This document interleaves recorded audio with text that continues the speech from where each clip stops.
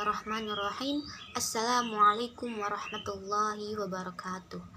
Alhamdulillahirabbil alamin.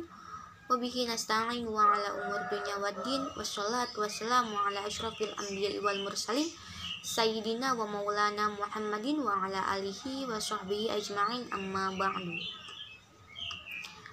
Pertama-tama marilah kita panjatkan puji serta puji syukur atas kehadirat Allah Subhanahu wa taala yang telah memberikan kesehatan jasmani dan rohani kepada kita semua, sehingga kita semua dapat berdiskusi walau dalam keadaan virtual saat ini.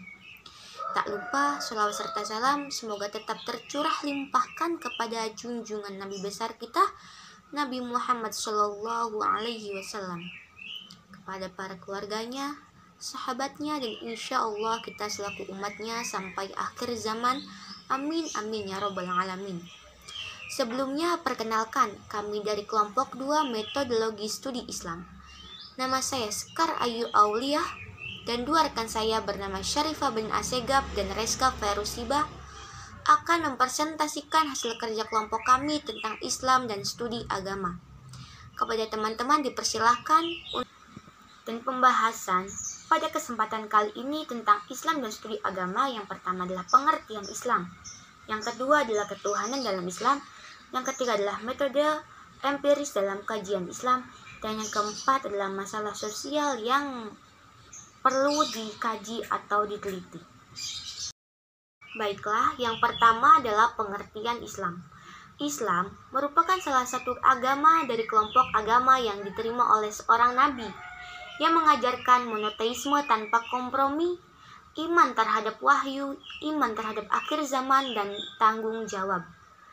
Kata Islam berasal dari bahasa Arab aslama yuslimu dengan arti semantik yaitu tunduk dan patuh.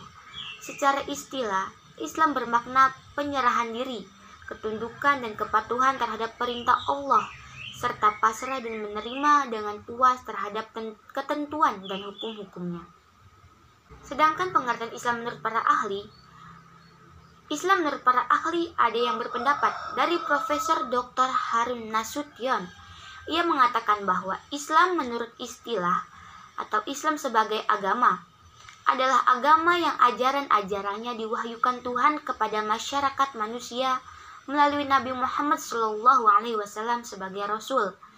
Sementara itu, Maulana Muhammad Ali mengatakan bahwa Islam adalah agama perdamaian dengan 2 ajaran pokoknya, yaitu keesaan Allah Subhanahu wa taala dan kesatuan atau persaudaraan umat manusia, menjadi bukti nyata bahwa agama Islam selaras benar dengan namanya. Adalah ketuhanan dalam Islam.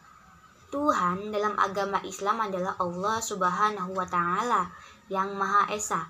Dalam tauhid rububiyah, Allah Subhanahu wa taala diakui sebagai satu-satunya Rob yang menguasai, sehingga semua selain Allah Subhanahu wa taala adalah abd atau hamba budak yang dikuasai. Allah Subhanahu wa taala adalah Rob yang berkuasa dalam penciptaan, pengurusan, dan kerajaan alam semesta. Allah Subhanahu wa taala adalah yang memberi rizki, yang menghidupkan, yang mematikan, serta yang memberikan kebaikan dan keburukan. Semua urusan yang ada di dunia ini Allah lah yang menangani. Dan dalam tauhid uluhiyah, Allah Subhanahu wa taala diakui sebagai Tuhan yang Maha Esa dalam segala bentuk peribadahan dari seluruh makhluknya.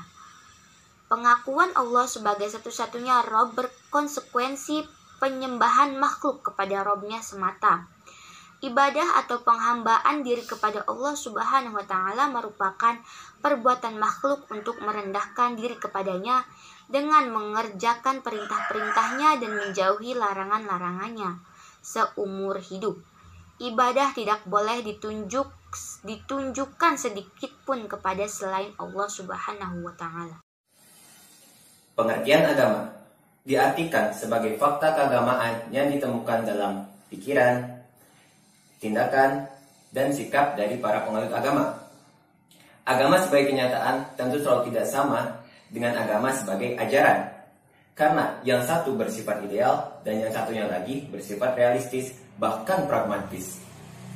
Ada kalanya perilaku para penganut agama sesuai dan bertentangan dengan ajaran agamanya, dan dapat juga memengaruhi perilaku kehidupan bermasyarakat hingga budaya yang ada dapat juga mempengaruhi penafsiran orang terhadap agama. Metode rasional dan empiris dalam kajian Islam. Jika dicermati dalam ilmu khas keagamaan, khususnya tradisi Islam, sebenarnya pendekatan empiris yang dikembangkan dalam kajian ilmu-ilmu sosial juga dapat kita temukan dengan sudut pandang yang berbeda. Setidaknya, ilmu sejarah dan ilmu hukum Islam adalah ilmu keislaman yang memperhatikan konteks sosial dari agama, baik itu dari Al-Quran maupun itu dari hadis. Di antara ilmu-ilmu keislaman yang terkait erat dengan konteks sosial adalah hukum Islam. Karena hukum ini tidak hanya berlaku di pengadilan, tetapi mencakup semua kegiatan sehari-hari kaum muslim. Seperti contohnya dalam hal beribadah, hukum sosial dan kriminal, hingga tata negara. Berbagai masalah sosial yang perlu dikaji atau diteliti mungkin karena kurangnya perhatian terhadap kajian-kajian empiris atas fenomena keagamaan. Maka kajian-kajian keislaman termasuk di negeri kita lebih cenderung kepada kajian-kajian normatif. Orang lebih sering berbicara tentang nilai-nilai ideal mengenai apa yang seharusnya dalam pandangan Islam.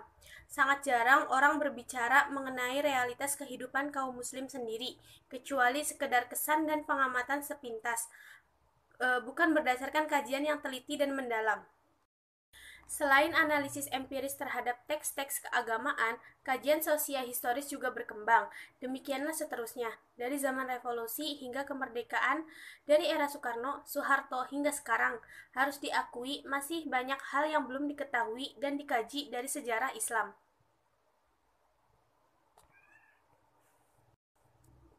Kesimpulan, Islam merupakan ajaran yang memberikan petunjuk hidup manusia sepanjang masa dan dimanapun. Islam sebagai agama yang relevan bagi siapapun, kapanpun, dan dimanapun. Islam sebagai ajaran atau wahyu yang bersifat normatif, yang memiliki kebenaran universal dan mutlak. Islam dapat juga disebut dengan iman, millah, dan syariah dalam pengertiannya sebagai aturan yang diturunkan oleh Allah Subhanahu wa Ta'ala melalui para utusan yang mencakup kepercayaan, keyakinan, adab, akhlak, perintah, dan larangan. Agama Islam berdasarkan kewajiban untuk berserah diri dan menunaikan ajarannya disebut Islam, jika dilihat berdasarkan kepercayaan terhadap Allah Subhanahu wa Ta'ala. Itulah tadi penjelasan dari kelompok kami. Semoga teman-teman dapat memahami apa yang kami jelaskan tadi. Kurangnya kami mohon maaf. Wallahul muwaffiq ila aqwamit thoriq. Wassalamualaikum warahmatullahi wabarakatuh.